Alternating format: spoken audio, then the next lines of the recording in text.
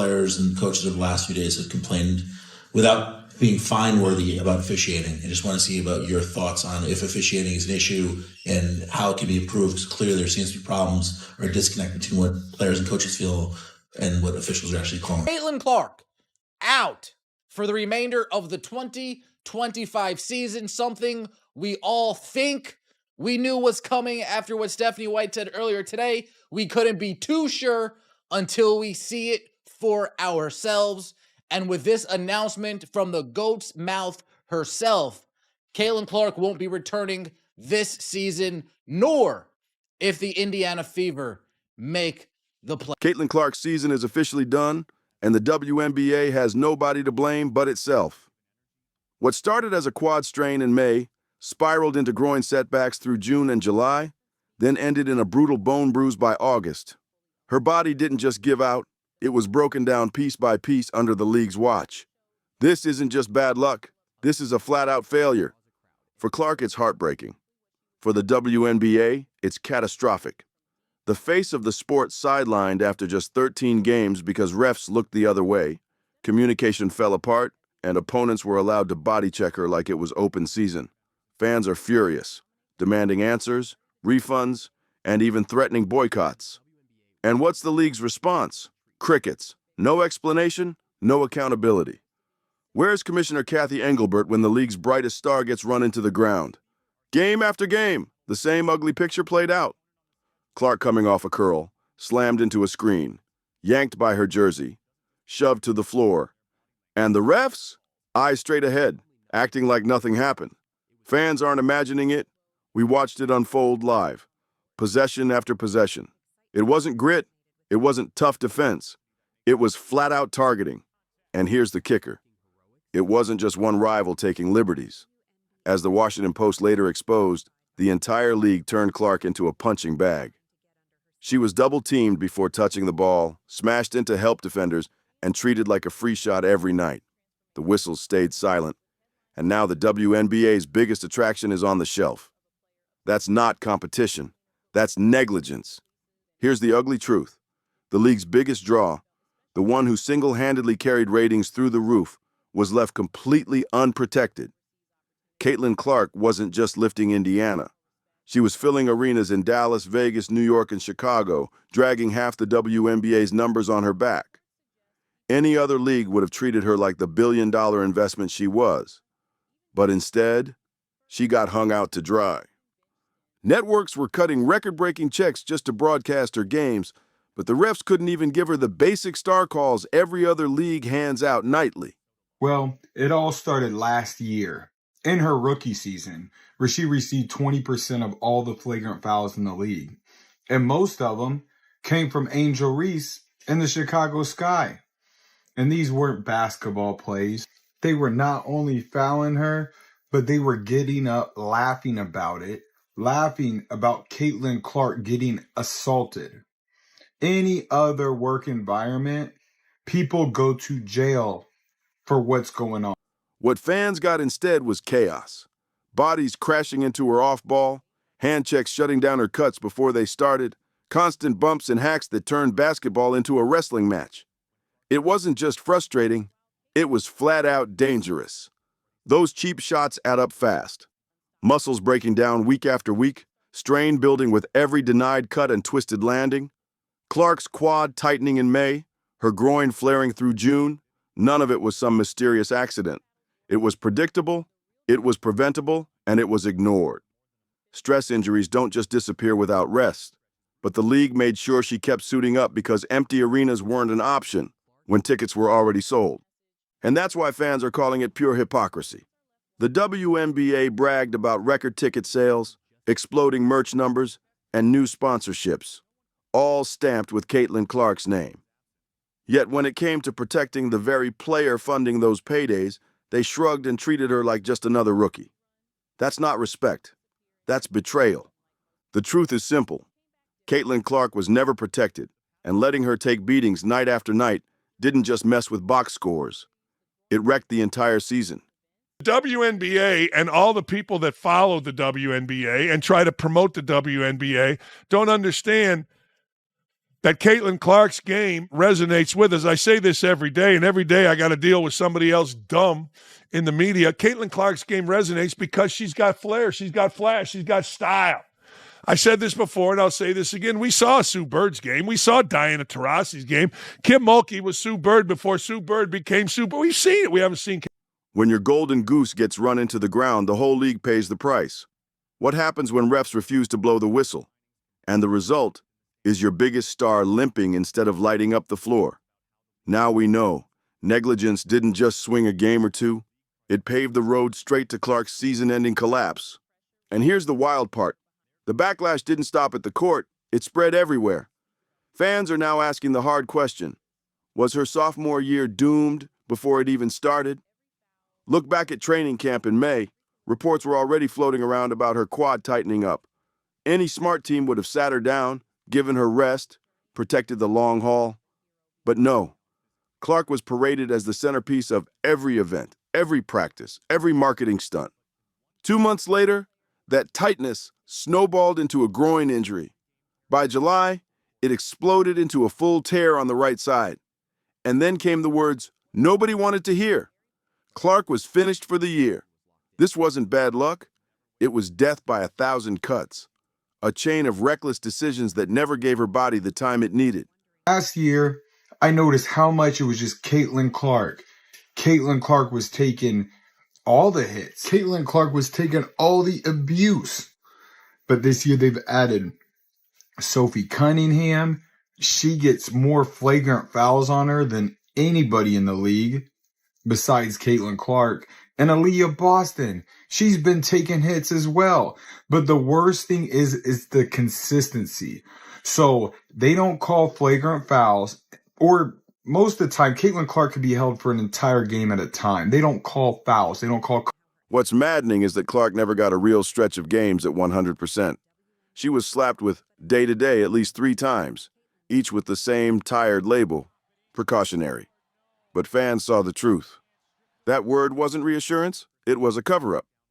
In the WNBA, precaution apparently means taping up your number 1 star, rushing her through a quick treatment, and throwing her back on the court the same weekend. It was painful to watch, like seeing someone try to hoop on one leg while being told everything was fine. Anyone who knows sports understands one thing. If you don't let injuries heal, they stack up fast.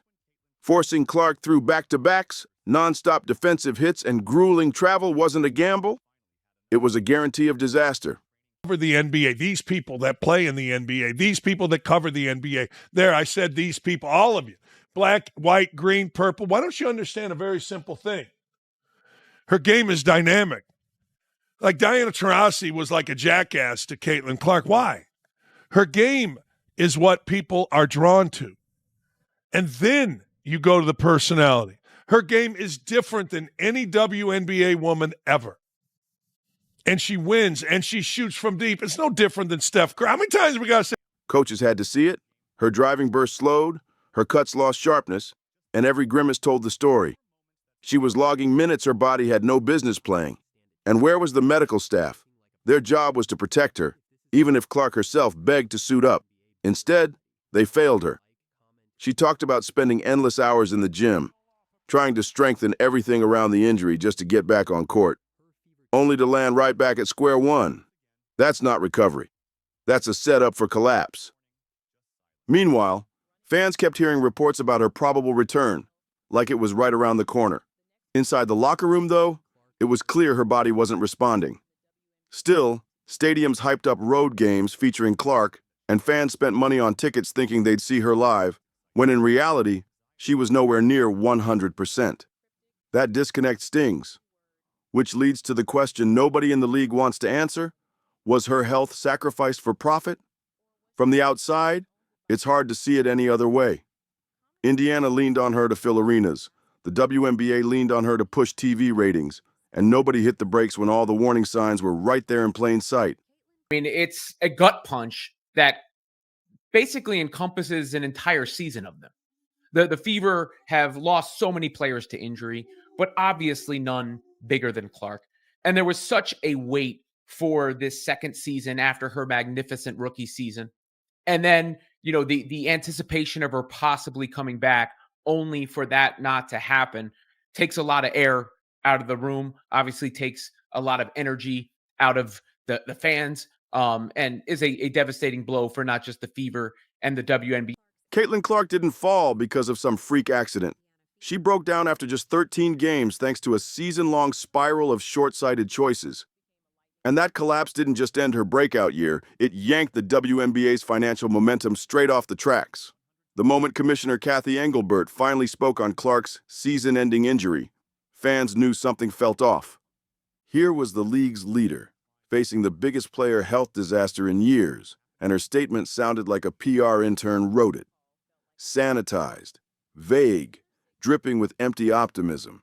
It had all the polish of a press release and none of the accountability fans deserved. Not once did she admit that missed calls, brutal targeting, and a failure to protect the league's star had anything to do with Clark's downfall. And that disconnect cut deep. One moment, Clark was carrying record-breaking ratings on her shoulders. The next, she was locked on the injury list for months. Clark, a two-time All-Star and the 2024 WNBA Rookie of the Year, has been sidelined suffering a right groin injury during the Fever's 87-77 win over the Connecticut Sun on July 15th. If you guys remember that game, Caitlin Clark put the team on her back in the winding minutes to give the Indiana Fever that lead. Clark also suffered a bone bruise at a later date during her recovery process. Fans wanted Engelbert to say what was obvious. Yes, mistakes were made, and here's how we'll fix it. But instead, she pivoted back to the same corporate talking points: expansion, revenue streams, constructive dialogue. It read like business as usual, while her league's biggest name was sidelined. Even worse, the refs responsible for swallowing their whistles, the same refs Engelbert oversees, they were never called out, never held accountable. The very people who let Clark get shoved, grabbed, and hacked possession after possession were swept under the rug while the commissioner bragged about growth. And that's what makes it sting even more. Engelbert paraded league growth every time a mic was in her face, but that growth was built on Clark's back. While she celebrated packed arenas in May and June, Clark was out there absorbing shot after shot, left unprotected by the people paid to protect the game. By August, when those same arenas were packed with furious fans demanding refunds, Commissioner Engelbert still wanted to brag about profits instead of owning up to responsibility. They said 2 months, 1 to 2 months. Be evaluated in the next 6 weeks.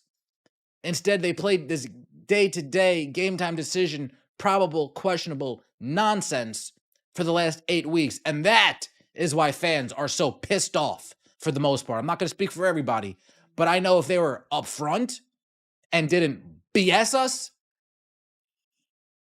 people wouldn't be that angry at the organization, at least not as angry as. To supporters who had poured their money, time, and emotions into this season, it felt like she was living in some alternate reality. The backlash hit instantly. Social media exploded.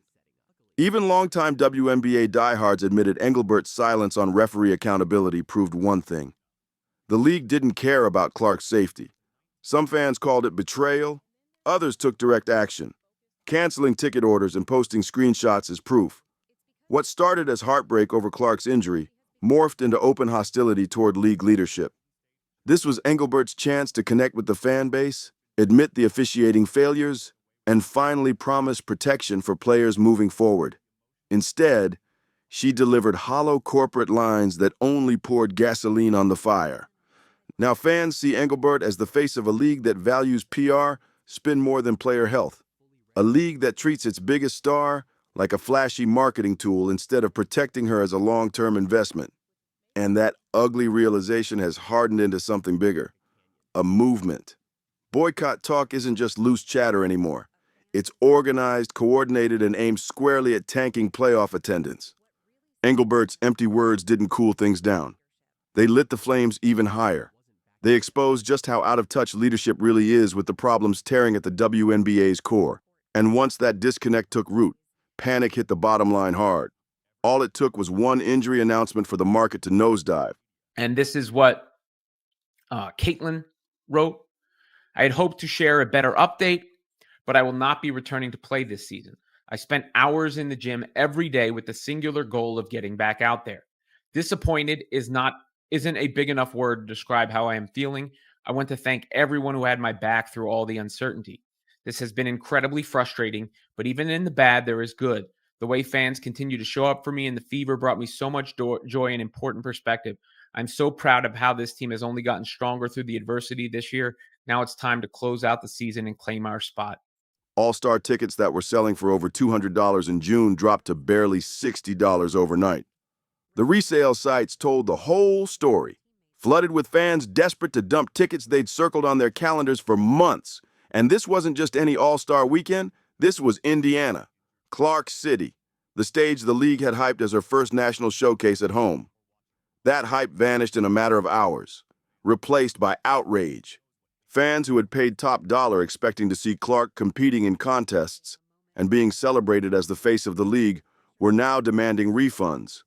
And it wasn't even about the money. It was the betrayal. They felt strung along by those endless, day-to-day injury updates, while behind closed doors the league already knew her chances of returning were almost zero. When you peel it back, it didn't look like bad luck at all. It looked like the league trying to squeeze every last dollar before the truth came out. Kalen has worked so hard throughout this time, doing everything possible to recover and return to the court, but ultimately, time is not on our side, said Indiana Fever COO and GM Amber Cox. While we will continue working with Kalen and provide her with every resource we have available, there is not enough time left in our season for her to safely return, and her long-term health and well-being remains our top priority. We are looking forward to having her back at full strength to start the 2026 season. Clark appeared in 13 games during the regular season, averaging 16.5 points, 8.8 assists, and 5 rebounds per game, while helping lead the team to the 2025 WNBA Commissioner's Cup. That desperation was visible long before the announcement. Indiana road games were shifted into NBA arenas because Clark's name alone sold out seats instantly. Teams that normally played in front of 6,000 or 7,000 suddenly booked 18,000-seat buildings, hyping her as the marquee draw. Now those same arenas were swamped with refund requests, angry fans, and empty rows of seats. Many didn't even wait. The second Clark was ruled out, they canceled outright or flipped their tickets online. Prices cratered overnight, resale values showing the exact moment panic set in. And what made it sting worse? The feeling of betrayal. Fans believed the league's optimistic updates. They showed up to games convinced she'd be suiting up soon. And they paid premium prices for that dream. Instead, they were sold hope that never existed. When those promises turned out to be smoke and mirrors, it became obvious Caitlin Clark's name had been milked for every last cent. And once fans saw through it, trust vanished overnight. The fallout wasn't just about resale tickets, it was bigger. This is on your head, Kathy Engelbert, and the rest of the WNBA Players Association executive leadership who failed to hold officials and players accountable for the barbaric style of play the Fever and Caitlin Clark have had to endure this year. Kathy, resign. Attendance nosedived in city after city. On TV, networks that had stacked primetime schedules around Clark's games suddenly watched ratings free fall. Sponsors who signed million-dollar deals for the Clark effect were now tied to matchups losing juice week by week. This wasn't a slow decline, it was a collapse in real time, proof that nearly all of the WNBA's momentum was riding on one player's back. And the anger didn't stay quiet. It boiled over into organized action. As a fan of sports for 60 years now, I know that, no one's ever happy with officiating. All sports deal with it, but we're working hard to make sure we're putting the best product out on the court, and our officiating then can follow. Boycott calls spread online, fans promising to leave playoff arenas half empty, turning the league's proudest moment into a protest. The optimism from spring was gone, replaced with raw frustration and resentment. The WNBA didn't just lose its brightest star, it watched the entire business model crack in front of the world. So now the question looms. If the short-term future is this shaky, what does that mean moving forward? For Caitlin Clark, for the Indiana Fever, and for the WNBA itself. Clark's season didn't collapse just because of injuries. It collapsed because the league refused to protect her. And in doing so, they shattered the trust of the very fans keeping the league alive. Brianna Stewart, she goes to the line 14 times. Asia Wilson goes to the line 13 times. And Aaliyah Boston can't play 20 minutes in a game without being on the bench in foul trouble. That's another problem that we're dealing with. But like I said, this year, it's not just Caitlin Clark. If you wear that Indiana Fever jersey, consider it done. The refs are not going to be fair, and they are going to cheat and do whatever it takes to do what the higher-ups. That's the real wound here. Fans don't want polished press releases or hollow optimism. They want accountability. They want better officiating. They want a commissioner willing to stand up for her players. Without that, boycotts could gut the playoffs before they even tip off. Still, the Fever fight on, with Kelsey Mitchell battling every night and Aaliyah Boston grinding in the paint. But without Clark, the storm clouds aren't leaving anytime soon. Through all this chaos, the Fever were forced to keep climbing uphill. Injuries piled up. Hardship contracts came and went. The roster looked paper thin. But somehow, this squad refused to fold. Instead of bowing under the weight of Clark's absence, they kept swinging. Kelsey Mitchell lit up the scoreboard with a jaw-dropping 38-point explosion against the Sun. A performance so electric, it earned her Eastern Conference Player of the Week honors. We've got Colin Cowherd saying, you know what? Guess what I didn't talk about on my show this year? The WNBA. Guess why? He just come out and said it yesterday. Because Caitlin Clark was not playing. That's why. He said, I led my show, my biggest, largest national sports radio show in the country. I led my show with Caitlin Clark 6 times last year. I mean, you don't lead a show with anybody unless they can. That wasn't just a hot night. It was a statement. Mitchell wasn't about to let Indiana fade into the background. And while Clark's leadership was missing on the floor, Lexi Hull stepped into the spotlight. She showed she could keep the locker room together through turmoil, proving her value went far beyond box scores. Every possession, every hustle play, every word in huddles screamed leadership. Then there's Aaliyah Boston, who kept battling in the paint like her career depended on it. Double-teamed, shoved, hacked, she never backed down, becoming the anchor Indiana desperately needed. Every rebound, every post move felt like she was fighting for Clark as much as for herself. This wasn't supposed to happen. A team stripped of its brightest star was supposed to crumble. Instead, the Fever built an identity on grit, toughness, and belief that they could survive the storm. Fans expected Indiana to collapse, but what they got was a group clawing for relevance, proving that even with Clark out, they weren't rolling over for anybody. Prices. The demand fell off a cliff. And it's not just the on-court product that suffers without 22, number 22, Caitlin Clark. The entire weekend's economic opportunities have felt the fallout. The league may have failed to protect its biggest star, but the Fever showed one thing loud and clear. They didn't need saving. They were writing their own survival story, night after night, play after play. Boston's leadership is shining brighter every game, proving she's the anchor this team can lean on. Lexi Hull keeps grinding, stepping into the spotlight and showing she's more than ready for the pressure. And don't forget, Caitlin Clark isn't gone forever. She'll come back stronger, sharper, and hungrier in 2026, ready to reclaim everything that was stolen from her. Knew where this was going to end up. I would say for the last month or so, they kind of had a feeling where this was going to go. The main issue, another day-to-day injury that turns into a season ender.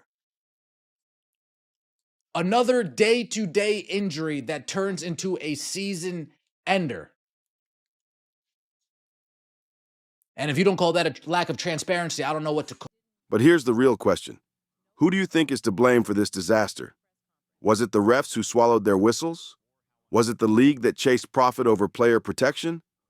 Or was it leadership that turned its back on the very star who built their momentum? Let us know your take down in the comments below. If you think the WNBA dropped the ball, make sure to like, subscribe, share this video, and turn on all notifications so you never miss the truth behind the drama. Click the video on the screen, and we'll see you in the next one.